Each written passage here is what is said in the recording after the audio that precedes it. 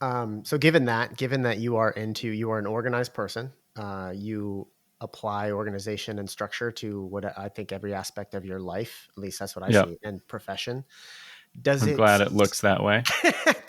Does it sometimes, does it throw you off sometimes that this podcast can be like completely opposite, that we just sort of loosey goosey outline, couple links, and then boom, we're off and running and it just goes where it goes? Well, Ben, I have a high tolerance for uncertainty. So I would actually say I'm a very disorganized person. And because of that, I try to, when I can force myself to do it, rely on procedures and processes. Got it. So you fight your own But nature. well, I was just listening to the Within Tolerance podcast I sent you yesterday, and they were talking about time management. And I'm like, gosh, I hope he doesn't ask me about that. How'd that go, by Because the I way? have nothing to say about time management. How did that go? Oh, that's on the... I'm just like, oh my God, I don't know when it is. I believe it is coming up. Okay. Let me check my calendar. Yeah, Friday. That's soon. Okay, cool. Is this a plug? Everybody, I'm going to be on the Within Tolerance podcast. We're recording this Friday. I don't know how long it takes them to release it, but it's a podcast about machining. I can't wait to hear it. I listened to that episode that you sent me yesterday, and it was super interesting. That guest was obviously a serial entrepreneur, like just some really interesting stuff about like niching down, and clearly a guy who understands the industry. So, and I will. Oh, should we do it on a podcast? I was like, I'm looking forward to our discussion about how we can apply that stuff to us, or stuff that we are already doing. How can we do that more effectively? For sure. Well, we jumped ahead. So, listener, welcome back. It's been a minute. We've been away. It is nearing the end of summer, entering the peak of hurricane season, which doesn't mean anything to anyone on the West Coast, but to people on the East Coast, you should buy an MXS. You should buy an MXS for sure. We had a little brush with it with tropical storm. I think it was like hurricane for a second, Henry, which came up and like hit the East Coast a little bit, but then veered away. You guys have the wildfires. I mean, we're just barely hanging on. Anyway, we've been away. We are back. Thank you for your patience. And Jason, it's good to see your face again. It's good to see your hair again, Ben. I was looking for a little toss, but you won't give it to me. I finally went. I made an appointment. This is after like a year of not doing anything, and it was I didn't know how like bad and mullety and you were like just out a trim of control. And the guy, it's a barber I go to, and he was like, "What are you doing? What are we doing?" And I just sat him. I was like, you know what? I've never had long hair, so I'm just going to keep it. So just make it look like not awful. And so I'm just going to rock it for a little while longer, much to my mother's chagrin. You're getting maybe close-ish to a man bun possibility. I do. When I left that day, this barber used to have really long hair, so he knew all about it. And I was like, I don't know how to tie a man bun. So he gave me a quick tutorial. I'd never done it. I was basically doing that right now? No, we're not doing that right now. Because it was basically, I would just make a ponytail. And then I got a lot of crap from my my truck driving uncle for having a ponytail. Mm-hmm. I was like, this is my life now. So I'm just going to take crap for a guy with long hair. I'm a hippie. Yeah. So Ben, we forgot one thing. Ladies and gentlemen, welcome to the podcast. I'm no expert. Podcast about everything and nothing. I am Jason. I'm here as usual with Veneman, which you probably already figured out since we're like 20 minutes into it now. Yeah, you just had to do that, didn't you? You were trying to get away with it. I know you don't like the intro. No, I just like the whatever they call it. I don't know what even they call it. That was a cold open. Cold open. Thank you. Cold open. I like the cold open. Wow, you know this lingo better than I do. I try to pretend like I know things. So we're all right. So we're coming back in, guns blazing, and I don't know how we got on the topic of leadership the other day in our conversation. I think we're just talking about like the business, your business, and it is ever present and you're part of any business. Yeah, or team, or team, maybe more specifically. And the timing was good because I had just watched a Instagram post by Jocko Willink, the former Navy SEAL who now has made something of a career as a speaker on leadership. So Extreme Ownership is, I think, the name of his book. I'm And halfway through it. he did and he's got like a, protein meal replacement type company like everyone does. And he did this post. It was like a 3-minute address to everyone on Instagram. And it was basically, if I were the president of the United States, this is what I would say to the American people. And it's you have it open right now. So actually, listener, we're gonna play it, and then Jason and I are gonna watch it right now too. This is Jason's. He's watching it and hearing it for the first time. So hit play, my friend. It just occurred to me, I don't know which speakers this is going to come out of, so it might not work for me. I don't know. All right, tell me if you're going. On your marks, get set, go. Good evening. I wanted to give you an update on the current situation in Afghanistan. As you know, we were set to leave Afghanistan this month, and as we began the final drawdown, I made some critical errors. Namely, I underestimated the strength of the Taliban, and I overestimated the strength and capability of the friendly Afghan forces. This was my fault. And due to my mistake, the Taliban has taken control of Afghanistan. There are reports now that ISIS and Al-Qaeda are working alongside them. Unfortunately, there are tens of thousands of Americans on the ground there, as well as friends and allies of America on the ground. And these people, Americans and our allies, are all stranded. And that is my fault. But they will not be stranded for long. In the next 48 hours, America will be in control of most major airports in Afghanistan. Any resistance we meet from the Taliban or otherwise when we seize these airports will be destroyed completely and without mercy. From those airports, we will conduct rapid strike rescue missions until we have recovered and evacuated all our citizens, allies, and friends. Any person that interferes with these operations will be killed. We will also recover or destroy all aircraft, vehicles, weapons, and sensitive equipment that we left behind. Any person utilizing, guarding, or located in close proximity to these weapons or equipment will be killed.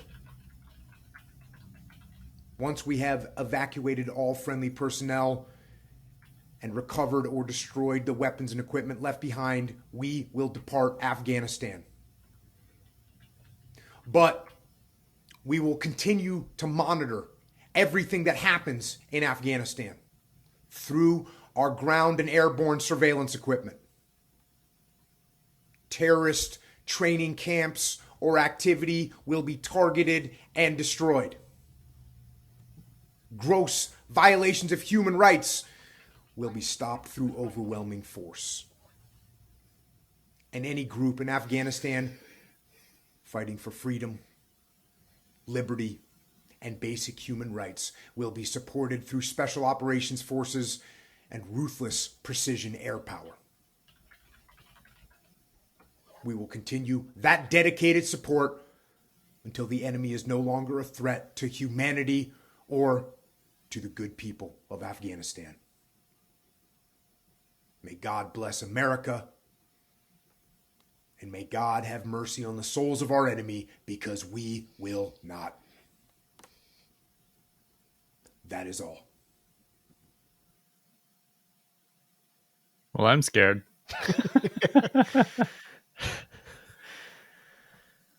Yeah. Right. So we're reacting now. I think. So that's like the third time I've watched it, third or fourth time I've watched it. Yeah, I have thoughts. What are yours? Well, I mean, I think the first thing is, and I'm like I said, I think you recommended the book Extreme Ownership to me. I am reading it on tape, like when I drive back and forth to work. I'm about halfway through it. So I think the first part of his speech was very much through that lens, basically taking responsibility, um, and then the second half is setting expectations and providing a path forward. I felt like overall it was quite hawkish, which the guy's a Navy SEAL, so okay, Right. that's his lens. He's a hammer. He sees nails. Yes, he does. I mean, I don't know that any of that is unreasonable. I'm actually not super up to speed with the current situation. I've read a couple articles and seen a lot of headlines, and it does leave me wondering what the heck is happening. Yeah. Yeah, so I guess I don't know enough about it to have a very strong opinion, except it seems pretty screwed up in a surprising way. Anyway, what you got? No, I was going to say the same thing. It's sort of a tale of two speeches. And the first part is the accountability, which everyone will remember. Like if that was the president, everyone would acknowledge immediately and forever that he took responsibility. But then what you're left with is the bold action plan, like the confidence that there is a clear path forward and there are expectations. He's the guy who talks about leadership. This is what he does. So when you watch a speech like this, it's his brand too, but it's also what he's good at. So that's why you watch it and you go, all right, I could get behind this, even though like you felt, yeah, all right, this is pretty hawkish. It's, people are going to die because they're going to stand in our way. But then again, like that's also a little bit of transparency. It's just, this is the sort of cold reality of conflict and war. Anyway, I thought that, as a way to sort of jumpstart the conversation on leadership. And I think that he's talking about accountability, and it's funny because you recommended, I think we chatted yesterday, you were recommending Ted Lasso, and you're like the fifth person to recommend Ted Lasso, and I've resisted. So I was like, finally, I'll watch it. I caved in, I watched it. And there was a scene. All of it? No, just like 5 episodes. But in the episode of that charity, and I don't want to spoil this for anyone, but it's a small thing. The Jamie, who's a sort of prima donna player, and Keely, who's his girlfriend, she sort of has this realization, or she's told actually by the owner about accountability, that, good men are accountable, and that she realizes that her boyfriend, who's a prima donna, just hasn't been accountable. And it was just a sort of interesting coincidence that Jocko is talking about accountability. Accountability, I think, is one of the key qualities of a good leader. And then that was that scene in that funny television show that everyone should watch. But so to me, like that, I think is one of the things that pops up. We want to talk about like, what is leadership and what are the qualities of a good leader? And I think that accountability is, especially if you're the president of the United States and you have this responsibility, whether or not, maybe he doesn't have all the intelligence. Maybe I guess like the buck always is going to stop at the president of the United States. So you have to demonstrate accountability to the people. And I want to talk a little bit about why that might be so hard to do as president in today's culture or climate. Right. But accountability, I think in today's climate is a little bit of a twist. Yeah. I think accountability is hard in general because usually it's, embarrassing for one, which is, I think, one of humanity's least favorite emotions. Lost that train of thought.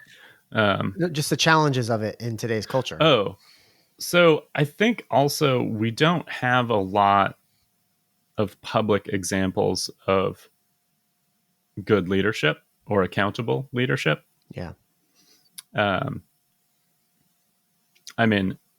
Any examples I can think of, particularly in politics, accountability is like intentionally pushed as far away as possible.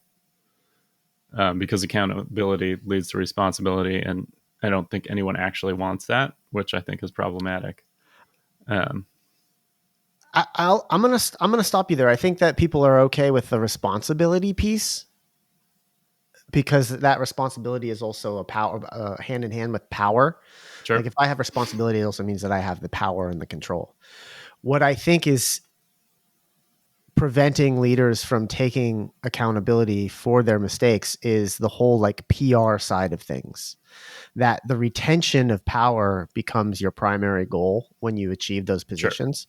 Yep. And the only thing that can dislodge that is a crisis of confidence. And so if because of the culture, the media culture in this country and probably worldwide is such that one side is going to hop on any mistakes that are made by the other side and then just blow those out of proportion and sensationalize them, all steps are taken to reduce that, to spin any sort of mistakes and step away from that accountability and pass that buck. And it is sending a terrible message to the citizens and the children of this country. And I don't mean to point the finger at just Joe Biden in this current administration. I mean, that's just where, that's who's in the spotlight right now because that's what's happening right now. But man, I to look back at the last string of presidents or the presidents in our lifetime, and I go, I don't think any of them really stepped up as a great leader. None of them looked to me like they embodied the qualities of a good leader. I mean, Bill Clinton like just lied to the American people. I did not have relations with. I mean, that was just a bald-faced lie rather Yeah. than, and everyone knew it. And, Nixon lied. Like they all sort of lie, and um, that's really sort of sad and depressing that the most powerful seat in the world, like arguably, is often occupied by people who don't really embody the qualities of a leader that we teach. I mean, it sort of makes me wonder if that ideal of leadership is somehow unattainable. And then, I mean, with respect to the TV show Ted Lasso, I feel like one of the only places you can turn for, inspirational examples of leadership, at least that are like widely publicly available. I'm sure, somebody's listening to this and thinking about someone who they, think is a great leader, but like, I don't know about them. I obviously don't know everyone on earth. Right. But I mean, I think it's sort of partly good that that kind of thing exists in, like in books and film and television. But it's also kind of sad that we have to look to fiction to hold up great examples of that. Yeah. But I mean, I think like it is so difficult to be a leader. I don't know. Some people make it look easy. Some people are natural leaders. But my personal experience and my experience of, looking at what is going on around us seems to indicate that it is maybe almost impossible, like so difficult that it's unattainable. That depresses me too. To think that I'm not saying you shouldn't strive to attain it, but I don't. By talking, I mean, it's like, you write a book on leadership and sort of by doing so, it makes it sound easy, right? Like, oh, well, you just do the things that I tell you to do in this book. But I think like anything, learning about something is easy. Actually implementing it is difficult. And I think the place for me in reading Jocko's book where it stands up, or maybe not even in the book, because I'm like, okay, it's easy to talk about it, but give me some real examples. And he tells stories and stuff. And it's like, well, how much of that is in retrospect? But I've listened to other podcasts, I guess, that he's been on, and somebody will ask him basically a live question. Here's the situation. What would you do? And almost always his response is like, seems great. And I'm like, wow, I'm not sure I would have thought of that or approached it that way. A big part of that is practice, right? Like you can't exercise a skill without practicing it. And you can't get good at that thing, leadership or anything, without making mistakes along the way. Right. And and that that comes back to like the accountability piece. So if you're getting into leadership, or you find yourself in a position of leadership, or over time you've had these positions of leadership, you should know going in, I'm going to make mistakes. I mean, when you talk about this thing is unattainable, well, maybe that's the case. Maybe this is the lifelong journey. Like no leader has a perfect record. Their leaders make mistakes. So therefore, yes, there is no perfect leader. Like nobody actually attains it completely.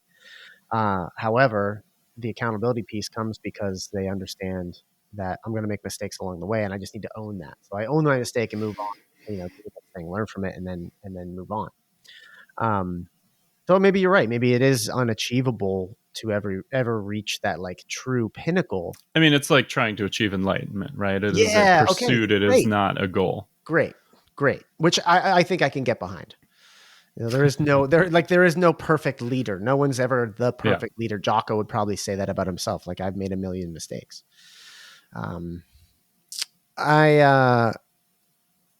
What aspect of his book so far do you find yourself like most drawn to, most likely, or wanting to implement like right away? Like, oh my God, that makes such perfect sense. Like, that's the piece that I think I could have the most impact right away. That's a good question. Let me stall for a second. I mean, I think one of the things that I have been trying to implement, partly before I read the book, I've tried to be more active about that since reading the book, is giving people greater responsibility. Which, I mean, it reminds me of a conversation we had a couple weeks ago, which is not, I mean, it is tangentially related to this. But yeah, we were talking about taking on a new, like a new ad management partner.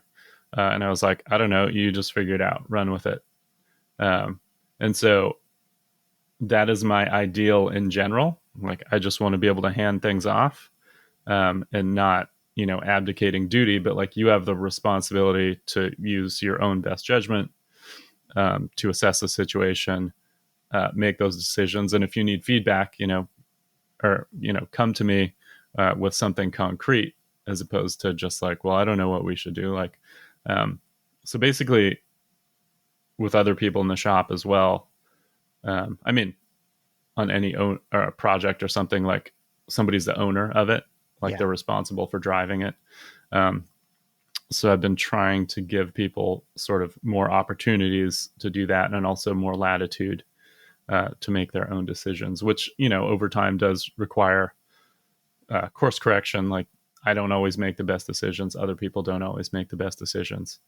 So I think that is one of the big things he talks about, is like, look, give somebody a job that is a challenge for them. And they will either succeed, be neutral, or fail at it. If they fail at it, that's my fault. If they're neutral, or I guess in either of those cases, you can provide feedback and try to get them on the right track. But I think the other point he makes is like, there are times where it doesn't work. It's just not the right fit. And if you keep giving people these opportunities and they keep dropping the ball, despite support and guidance, maybe they just need to move on. So, I mean, I think that that's true for everything. Like the whole, you can lead a horse to water, but you can't make him drink. I think maybe that's the less discussed side of leadership, and maybe a factor that not all leaders have total control over is who's on your team. Mm-hmm. Are you responsible also for team building, or are you just given this group and now it's up to you to make the most, like make chicken salad out of the other stuff? And in your case, like you're in charge. You're the head of the company. You can hire and fire as figure it out. What do you want? Who do you want on your team? And I think that's part of this.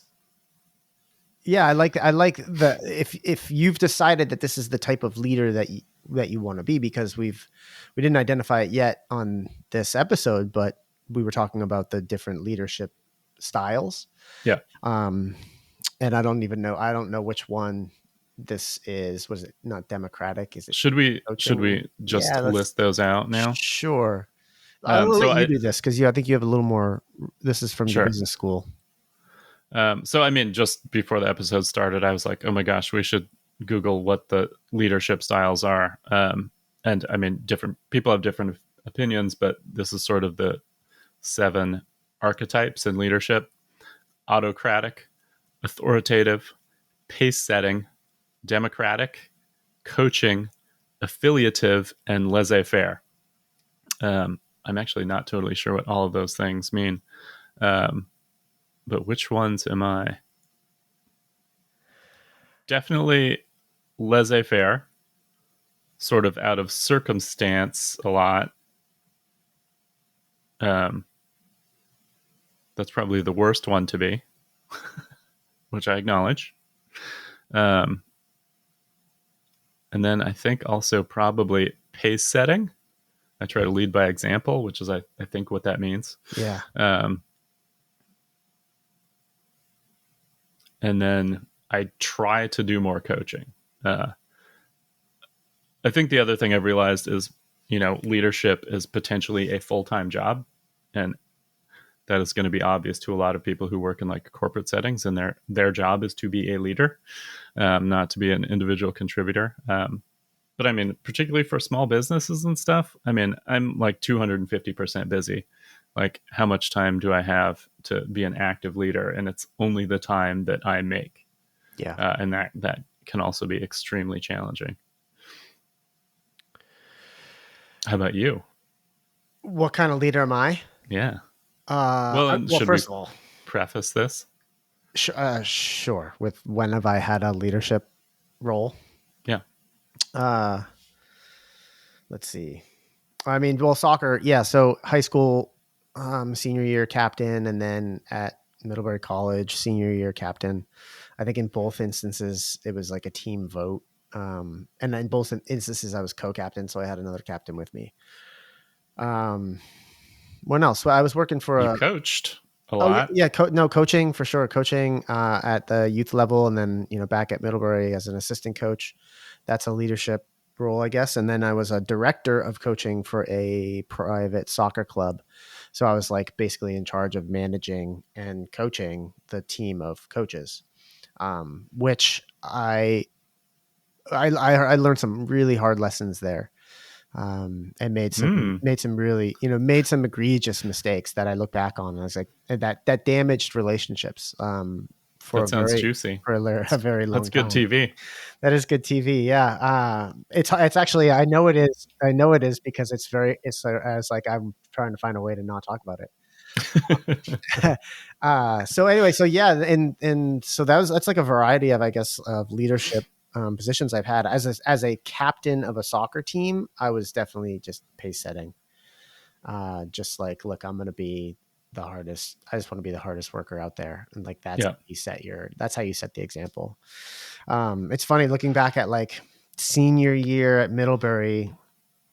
As a sport, sports teams in college, so athletic teams in college, hazing is like a big thing. It's sort of like initiation that's done to the youngest kids on the team, youngest players on the team. And I hated the idea of it. I always have been against it. And we really didn't do any hazing on the soccer team. It was like very minimal. And I just never participated in it. I think as a captain, I was like, this is not, went against, I guess, whatever instinct I had as a leader, demeaning a member of your team. Like basically this person's made the team. The coach has made the decision. He's on the team. So he's one of you now. But not yet. Yeah, right. Exactly. And like this passing on of the demeaning, whatever's done, like hazing, just didn't make sense to me. It's like, okay, I get the power of shared experience. Like that's one thing. So let's go do a team bonding. Like let's go rock climbing together. Like, great. We don't need to make this person, drink till they vomit and do all this other embarrassing stuff. Like that I just don't see the value in that.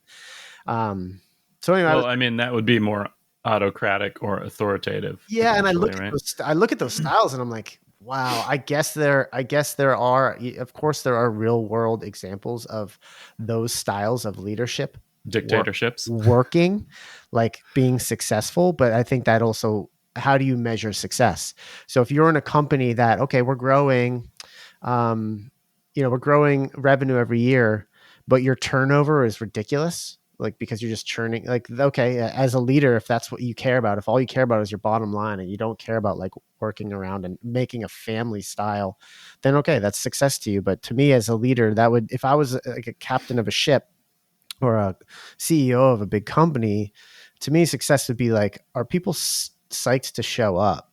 Like, do people come in their day and feel like I'm doing something meaningful and this is fulfilling for me more than Yeah. just getting a paycheck? I think, I don't know, anyway, that's yeah. So, okay, back to director of coaching for Farpost. This is my first year as the director of coaching. And so there were coaches had teams the previous year, and it was up to me to like talk to those coaches and assign them their upcoming team. And we had a coach who had been there with the club prior to my arrival. He was older. He's like 15 years older than me. And I'm 24, 25, like still kind of fresh out of college. Right. Back when you knew everything. Yeah, back when I knew everything. And he had been with this team for, a number of years. And so we try to rotate coaches through teams so kids don't get one voice their entire time at the club. But his son was also on this team, so he had this like vested interest. He had some like issues the previous year. Just did some things at a tournament that were a little untoward, and some of the parents were like, we want a new coach. If he's our coach again, we're going to take our kids and go to a different club. Like, this is all feedback we got internally. Yeah.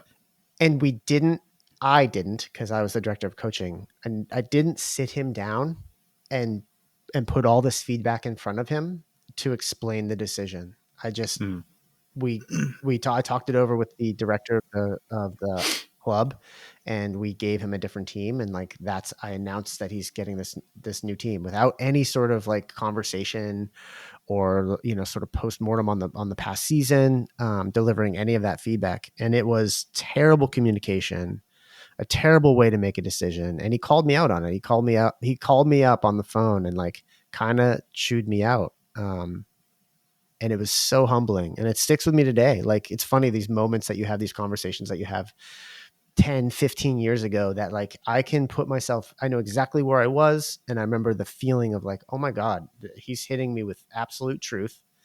Yeah. And I failed at that. Anyway, so that was a learning experience. And it was like making a decision that was not communicated. I did not tell him the why. I did not give him a chance to present his side. So why did you not do that? Were you instructed not to? Did you not want to, or did it not occur to you? I think I probably didn't want to. I think it was the confrontation. It was like understanding how difficult it was going to be for him to hear, and also probably recognizing, like anticipating that he would have just said no and go F yourself. So sort of an acknowledgement of like, this is going to be a really hard conversation, and then trying to find a way around it.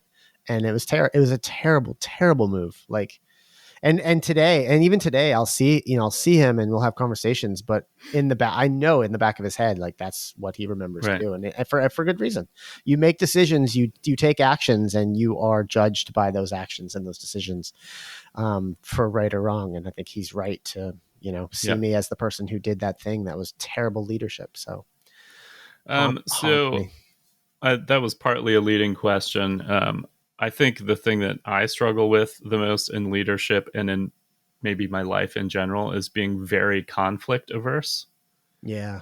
And again, when I was in business school, we took all kinds of like, personality inventories and leadership style inventories, to like help you, better understand what kind of person you are, so you could, work on your, strengths and figure out how to handle your weaknesses. I'm very conflict averse. So, I mean, I think in that example you gave, that was definitely part of it. And I mean, that's a weird situation too. I mean, being young inexperienced in dealing with someone much older than you. I mean, even do you feel like you knew at the time that was a bad way to handle it, but it was just a Yeah. way to handle it? No, Or I think I knew. I think I recognized. It was deep like down? I made the decision, and then for the next 24 hours, I was waiting for that other shoe to drop. Like when he Yeah. called me, it was dread, but it was also not a surprise dread. It was like, Yeah. of course, yeah, Yeah. okay, I deserve this. Yeah. Yeah, I also still don't really know how to manage it. I mean, that is very much, I think, for everyone who is conflict averse, a personal battle. Um, and again, one of those lifelong pursuits. I mean, I think partly having tools and context helps a little bit, but it's just not easy. well, an aversion to I think is somewhat synonymous with a fear of, and Yeah, the it's a more polite way to say it, though. yeah, the advice I give myself, try to give myself, is to lean into that fear. Like if I'm feeling fear of something or trepidation, as long as it's not like putting my life at ridiculous risk, I try to lean into that. So it's Yeah, like public speaking, is one of those things. If there's an opportunity or something, an obligation, or someone asks you to do something like that, and you're like, "Ooh," and you get a little fearful, then sort of step away, and go, "Okay, I'm going to lean into this. There's something here." yeah, So you typically end up better on the other side, even if you yeah, don't, deliver. You've learned something, and you yeah. go for it. You just go for it, like you're making a decision. I'm going to lean into this fear, come what may, and you come out the other side like, okay, I'm still alive. That wasn't so bad. Yeah, I think in my experience, it's usually not as bad as you thought it was going to be. Yeah, And I think you also feel better about yourself, even if it was horrible. yeah, You're like, well, that was still the right thing to do. You can't do more than the right thing. correct. No, that exactly. And man, but 5 episodes in to Ted Lasso, and I was talking with some of my soccer friends last night about it, who watch it, and one of my friends made a really good observation that that character, that Ted Lasso character, and this has probably been written about already because I don't know how many seasons in, but he is so positive in the face of Reminds me of you, Ben. yeah, right. But it's like it's a relentless, unyielding positivity that you really don't see in the world. You rarely encounter someone so overwhelmingly positive about everything. No, you'd probably want to kill them. Yeah, maybe. And it's just it's amazing to, and it's like this is why everyone cheers him on, even though he's a wanker. People end up coming around because he is so positive, and there's really something to that. Like I think that's why I'm drawn to that show now. I'm a convert. I resisted. No, that's exactly what I mean by like looking for an example to follow, and it's a fictional example, and that's also what I mean by it's kind of an unattainable standard. Like I don't think anyone could do that, but if you can work in that direction, I think that's beneficial. Like I mean, I'll be honest, when I watch that show, it's like inspiring, right? This is what is possible. Yeah, It's fiction, yeah. but it's possible. Well, I mean, they do a great job creating characters that feel realistic. Like, Yeah. Yes, they're a little bit overblown on some of their characteristics, but you've met every single one of those characters in your lifetime. Yeah, they're like They're to the nth degree archetypes. Yeah, they're archetypes, and so his management of those people feels kind of real. Like the reactions of those people to him, the way that he then manages it, all feels like kind of realistic. And that's what's so inspiring. So it's fiction. It's Hollywood, but it is incredible to see a leader like that, and a fish out of water leader. Like you couldn't find someone who has less experience in a thing, but understands team building, and so he'll take what he's confident in and apply it, even though he knows nothing about everything else. I mean, I think that's a good example for life, and I also realize that we probably should, now that we're talking about it more. Ted Lasso is a television show on Apple TV, and basically the premise was he a high school football coach? He was a Division II college football coach. Okay, so D2 college football coach, not D1. So he is hired by an English football club, like a soccer team for the rest of you guys, to be a coach with the expectation that he was going to fail. Is that a spoiler? It doesn't matter. He doesn't know that, though. The owner has He does, hired right. him. He doesn't know that. Yeah. He's just coaching this soccer team in England. Yeah. And I mean, it is a story about coaching and leadership, not about soccer coaching. And leadership is fundamentally universal, I think, is one of the overarching points this seeks to make. And for me, I draw that back to, I think design is fundamentally universal. Whether you're, whatever kind of designer you are, product, graphic, interface, experience, it doesn't matter. 80% of it is shared. And I think with a lot of disciplines, that is also true. I think people give themselves a lot of credit for being a specialist in one thing. But that doesn't mean you can't just be a good coach and coach any team. Like, yes, there's some technical knowledge about the game. That's maybe 20% of the equation. Yeah. And the other 80% is whatever the air quotes around coaching is. Right. Which is just leadership. Yeah. Yeah. It's getting. Oh, yeah. It's that. That's what we're talking about. Yeah. It's just getting a group of people to. I knew I was close. To point in the same direction. But not just like look that way, but explaining why. And that was one of the notes I put in there. And we don't have to sit on it for too long, but I also think this comes back to the style of leadership. So I don't think an autocratic or an authoritative leader would bother to explain to the team or the employees or the subjugates why we're doing. They're just going to say row harder. Right. No, row faster. Yeah. Like if you want to get people to buy in, you tell them why they're doing a thing. Why are we rowing? Where are we, why are we going in that direction? Well, here's why. And then they have some motivation. Right. And that gives them fulfillment. That lends them the opportunity to find fulfillment and meaning in that task that they've been assigned. Yeah, I mean, I think particularly in modern leadership, communication is one of the buzzwords. And I think that applies to both what the company's mission and goals are. Like, do people know globally what they're working towards?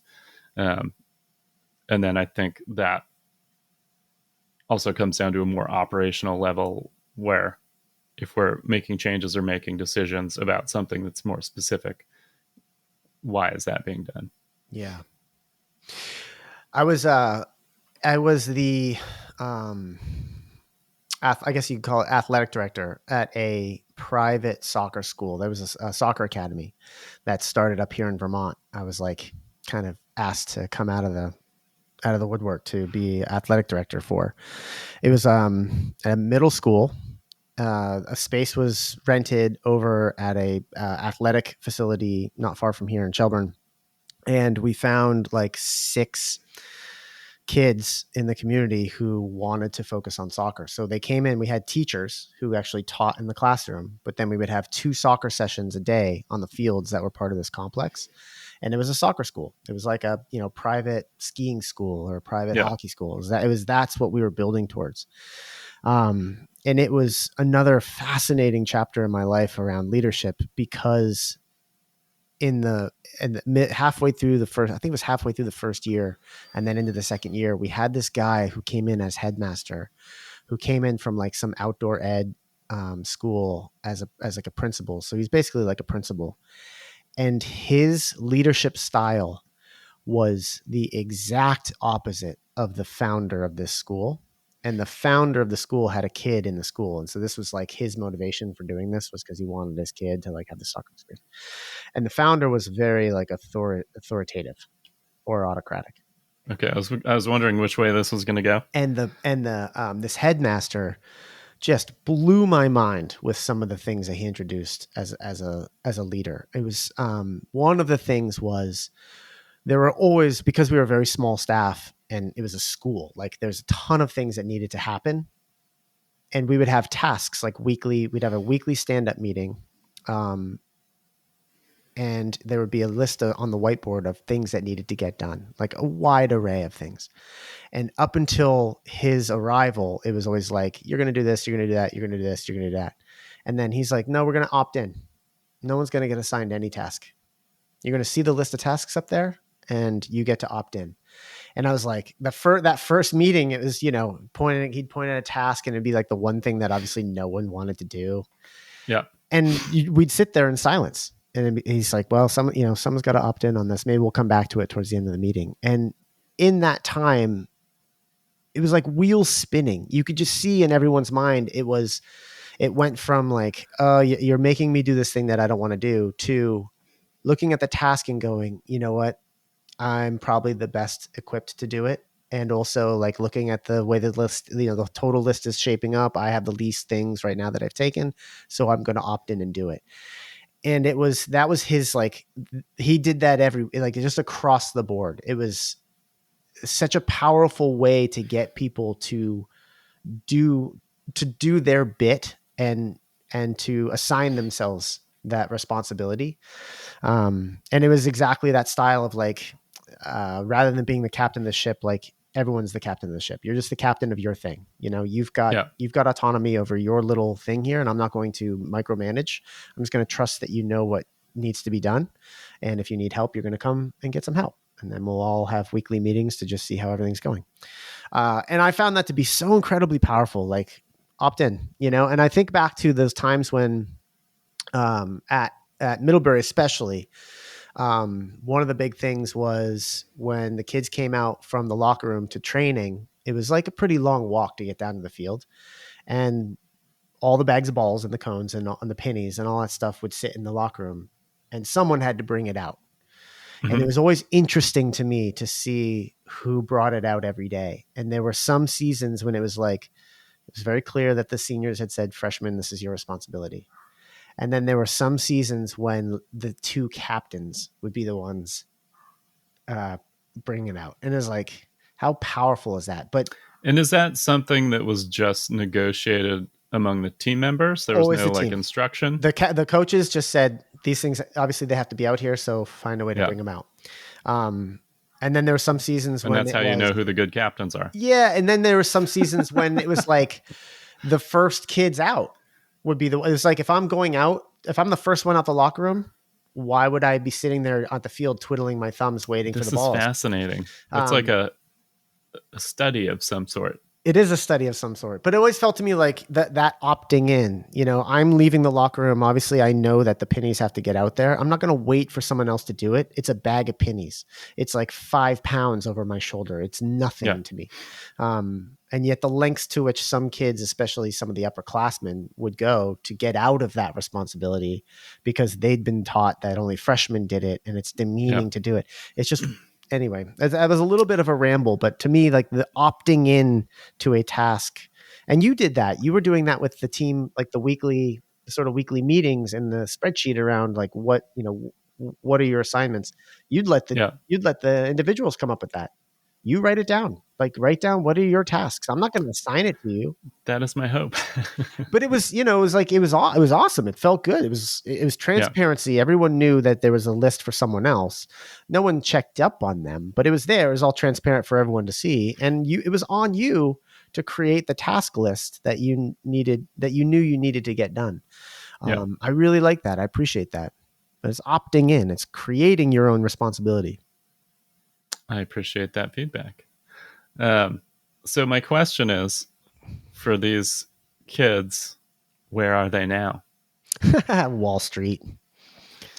No, but I mean, so again, I'm always interested in studies and data. But I mean, I wonder if there's any correlation totally between how people handled that situation and like their situation later in life.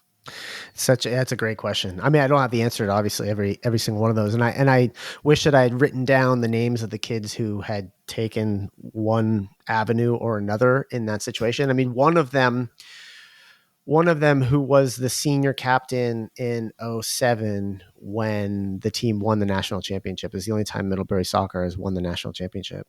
He's back. He's now the head coach of the program. And he he was not a captain who said, "Freshman, this is on you. This is your responsibility." He was the other way around. He was like a hardest working kid on the field, like hands down, just the hardest worker, and humble. Humble as the day is long. That And kind of leader. does that follow you later into life? Yeah. That whatever, I feel like those actions represent an attitude and a perspective. Yeah. Um, Yeah. Anyway, well, I don't know if we're gonna see good old Joe Biden step up to the microphone and deliver anything like what Jocko did. no politician takes responsibility for anything. It's just that. I don't know if I was going to say anymore. I don't know really if they ever have, but I mean, I think there's a direct conflict, as you suggested before, between maintaining power and taking responsibility. Yeah. I mean, particularly in an elected position. Yeah.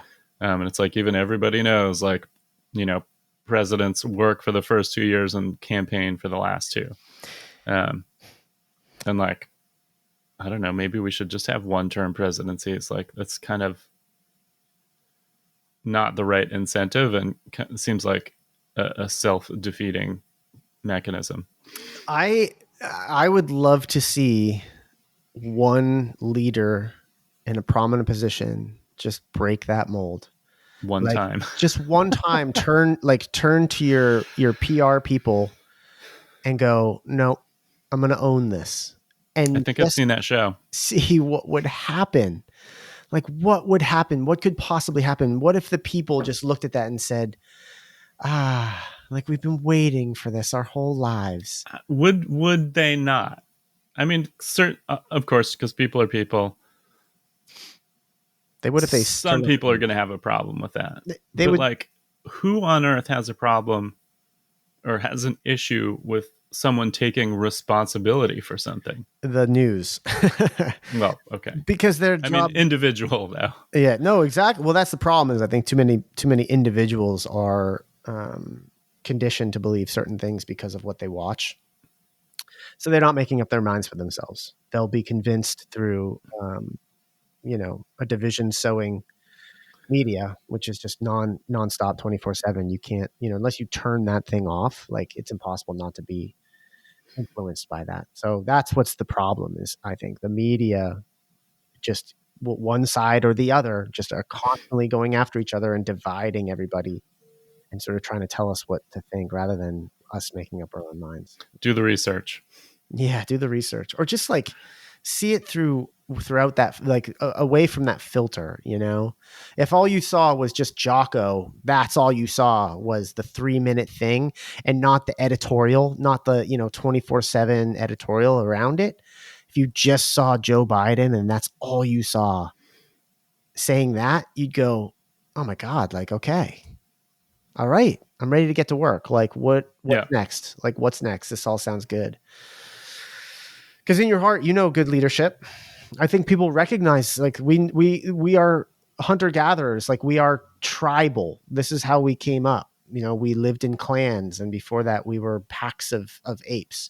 Like, we recognize alphas. Like, we recognize leadership. We needed leadership in order to probably survive, for the little clan to survive. And so we gravitate towards it. I think part of us want to be led. We're sort of pack animals in that sense. Like, we want to find the leader. I think that we just need to be better educated as to what are those qualities that we're looking for. Yeah. Like, how are we allowing this to happen in this country? How are we allowing these, like, very weak, like, clearly weak and morally compromised people into positions of leadership? I know we're not supposed to get political. I mean, I think, well, here we are. I mean, I think while this is political, it's also apolitical, because it's not about parties. And I actually don't believe in political parties. I believe in common sense. But I think the kind of people who are attracted to those jobs,